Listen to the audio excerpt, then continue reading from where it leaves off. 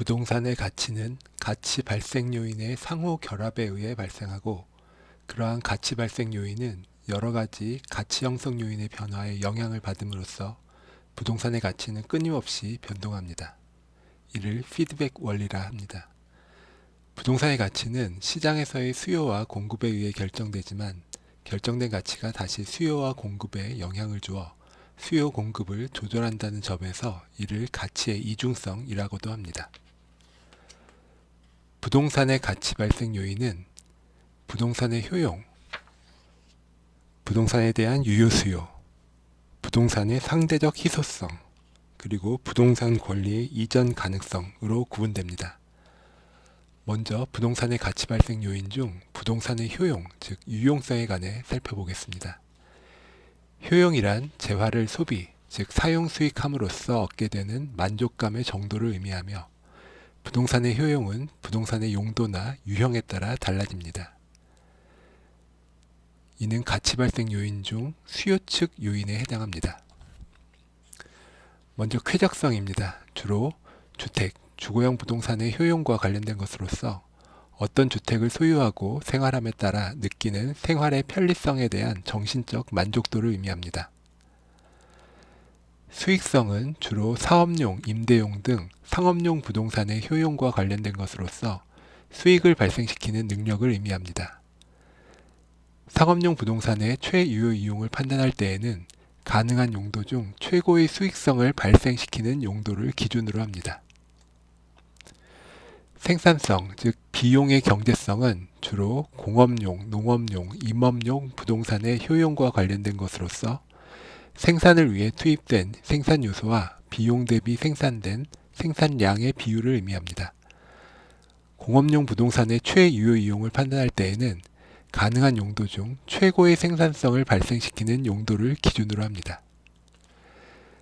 그 밖에 업무용 부동산은 능률성, 공공용 부동산은 공익성 등이 효용으로 발현됩니다. 다음으로 부동산에 대한 유효 수요입니다.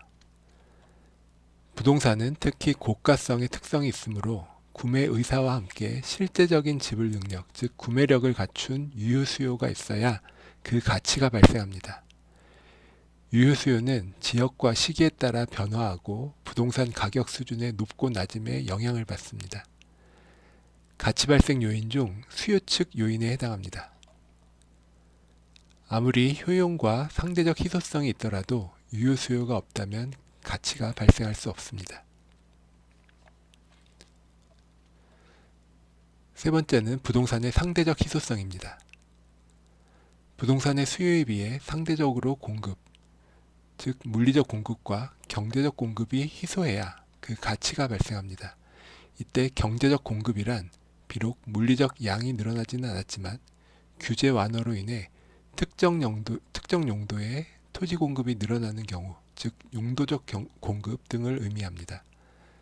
이는 가치 발생 요인 중 공급 측 요인에 해당합니다. 부동산 중 토지는 부중성의 특성에 따라 생산이 불가능하며 절대적인 공급량도 부족하지만 도시화, 공업화가 진전되고 인구가 증가함에 따라 그에 대한 수요가 급증하여 상대적 희소성은 더욱 커지게 됩니다.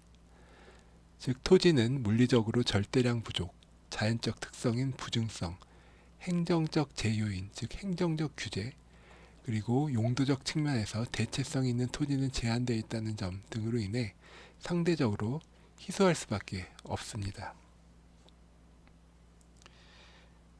행정적 규제와 관련하여 개발 제한 구역의 지정, 용도 지역, 지구제, 건폐율, 용적률 인하 등은 한정된 토지의 상대적 희소성을 더욱 높입니다. 또한 지리적 위치의 고정성, 개별성 등으로 인해 특정 지역 내에서 선호도가 높은 용도의 토지는 희소성이 더욱 커질 수밖에 없습니다. 아무리 효용과 유효 수요가 크더라도 상대적 희소성이 없다면, 즉 무한하게 공급된다면 가격 자체가 발생하지 않습니다. 예를 들어 물과 공기 등과 같이 무한히 공급된다면 가격이 매겨질 수가 없습니다. 그러나 깨끗한 물이나 깨끗한 공기가 상대적으로 희소해진다면 이에 대해서는 가치가 발생할 수 있습니다. 네 번째는 부동산 권리의 이전 가능성, 즉 양도성입니다. 부동산은 부동성, 지리적 위치의 고정성 등으로 인해 물리적 이동은 불가능하지만 그 소유권이 법적으로 이전 가능할 경우에만 가치가 발생합니다. 가치 발생 요인 중 공급축 요인에 해당합니다. 일반적인 재화는 보통 이전성이 문제되지 않지만 부동산은 이전성이 제한되는 경우도 있기 때문에 법률적 검토가 필요합니다. 규제 정책에 따라 이전성이 제한되면 그만큼 가치 발생력도 제한되지만 소유권 이전이 비교적 용이할수록 가치 발생력은 커집니다.